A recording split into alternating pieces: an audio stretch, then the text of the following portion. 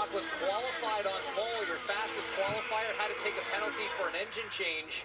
Started down in 10th. And slowly making his way up into this race. Look at some of the others in the top 10 having great days. This would be the best day of the season for Rinus VeeKay in 7th. And Santino Ferrucci, who topped off early, he has satisfied the alternates. And look, these drivers can do this on one more stop, but it's not going to be easy to do it on one more stop. It's going to take a bit of fuel saving. It's going to take a bit of tire concentration to make that happen.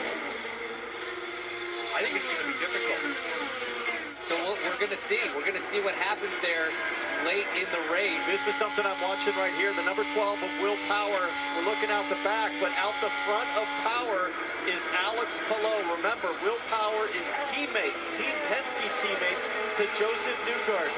He knows if he can put the move on Palou, that puts the points championship even tighter. Right now as they run, Palou is 69 ahead of Scott Dixon, who would be ahead of Newgarden, and 81 back is Joseph Newgarden. Big defensive move right there from Will Power on Felix Rosenqvist. Felix on those reds.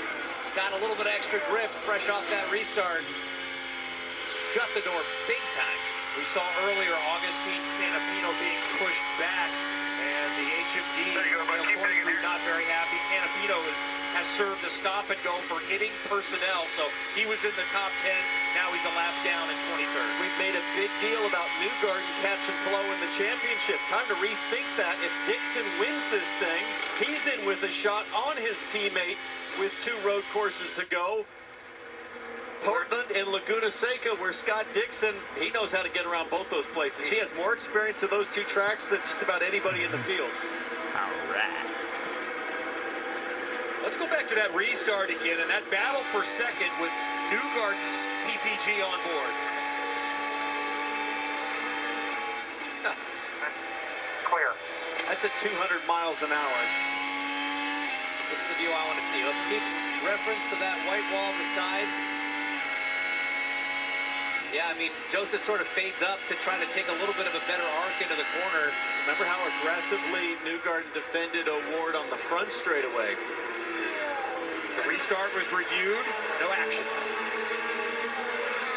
Oh, there was plenty of action. No action will be taken or penalties handed out. We reviewed it. Well done. Scott Dixon right now is just doing the most Scott Dixon thing I've ever seen. Another from 16th to the front type of drive, and another late season charge up for a championship contention. Just so impressive what this driver has done in his career and what he continues to do 20-something seasons into being an IndyCar driver. Happen with your pace, you're going to catch the back of the field here. Mike That'll help. Giving Scott Dixon the information on where the back of the field is right now. That is Graham Rahal at the back of the field. And won at Nazareth. He started 22nd. He's also won on an oval at Pocono from as far back as 17th. He started 22nd. I'm pretty sure he lapped the field that day. So not only did he get to the front, he passed the entire field twice. I don't think it's ideal right now for Dixon and Newgarden. They pitted on lap 125 under caution, but the guys that topped up, the first car on the top-up list is Marcus Ericsson, who pitted at lap 131. If you're going to make this on one more stop, I think for Dixon and Newgarden, O'Ward, Rossi, it needs some pretty good mileage to get there. That's not that easy. I think that's why Mike Hull was telling Dixon, hey, get to lap traffic, and then that's going to help you save some fuel. Georges, what can you tell us about the 9? Yeah, I caught up with Dixon a little bit earlier this weekend, and he actually thinks that the 9 team has been rather risky this year in their strategies, and he feels like maybe that's hurt them a little more than he would have liked, but he feels like the speed and the pace coming out of the 9 car has been strong all year long. They might have just missed some of those opportunities, but today he leads with 110 to go. I think the target's going to be lap 185. Racetrack it is. He defied all of our predictions at Indianapolis, quietly doing his thing until it was time to pounce, and Graham Rahal, even with all the speed he had in his race car and Dixon saving fuel to the end, just still couldn't beat him. Now, look at Palou, side by side with Colton Herta. This is like you said, how much risk does a championship leader want to take? Colt hanging it on the outside. Look at Pelot's hands. That thing's dancing down low. Both of them are working for it right now. This is a great little battle. And now Rosenquist getting the double draft. This is for 10th in the race, but could be for second on this strategy, and they're still glued together, side by side. Pelot's answer to how much risk does he want to take? A lot. When you run that high line, it's a longer distance you got to carry, but you can sometimes Trying just to sit, hold okay, more let it go. momentum off the corner. That's why Colton was able to keep firing back, but there finally Pelot able to clear him. Now what can Rosenquist do with the 26? He's going to look inside. There are a lot of drivers that have not won yet this season. Rosenquist is one of them. Has one win in his career. Herta, Pato Award, and so many more to be played out today. How's the yard look now that the grass is cut again? Just need... Everyone, can he make it on one more stop? Most of the others are going to have to do one more stop.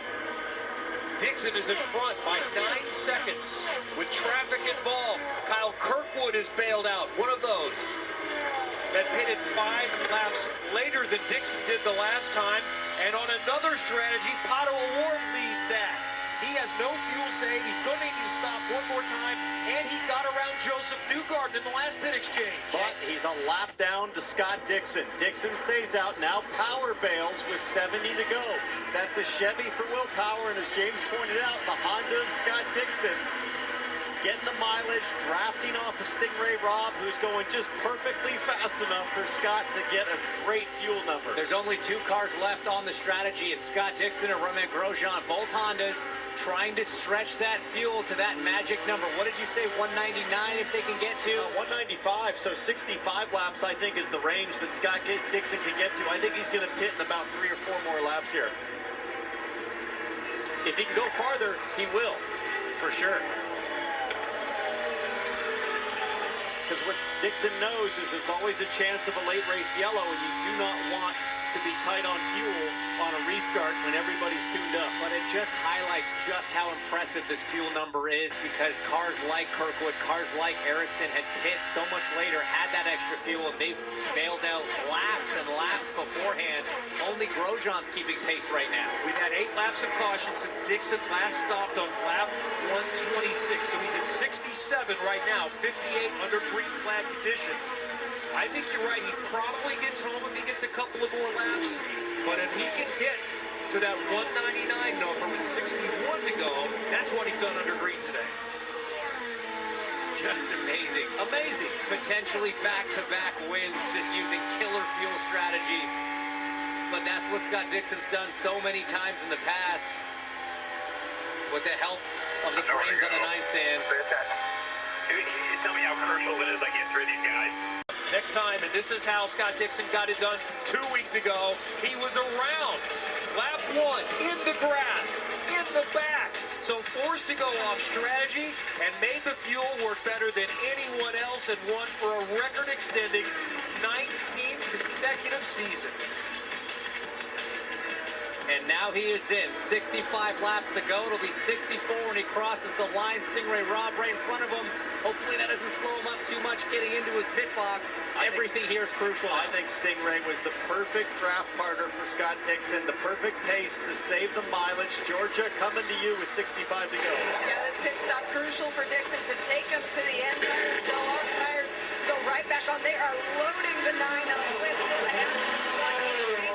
he said we're Perfect okay. pit stop. His last stop, 126. It's now 64 laps to go for Dixon. Romain Grosjean also in the pits on that strategy, but Dixon had 20-plus seconds on Grosjean. He'll maintain it as you see Grosjean now just coming to his box, Dylan. Grosjean went 62 on the first stint, so he's going to have to go a little bit longer than that here, but they have been preaching to him for probably the last 10 minutes or so. Just save as much as you can. Save, save, save. So it's going to be more of a save here for Grosjean on this final stint, but hopefully the final stop for the 2018 as they try and pack it full of fuel.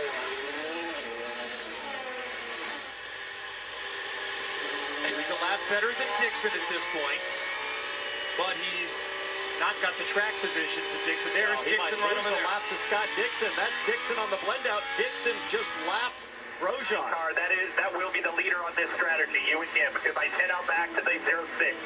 I don't believe he's lapped him. Would he have lapped him? Yeah, because Is he that far ahead? Grosjean was 24, 25 seconds back. I believe so. We'll see when they cross start finish. There's Dixon running P11.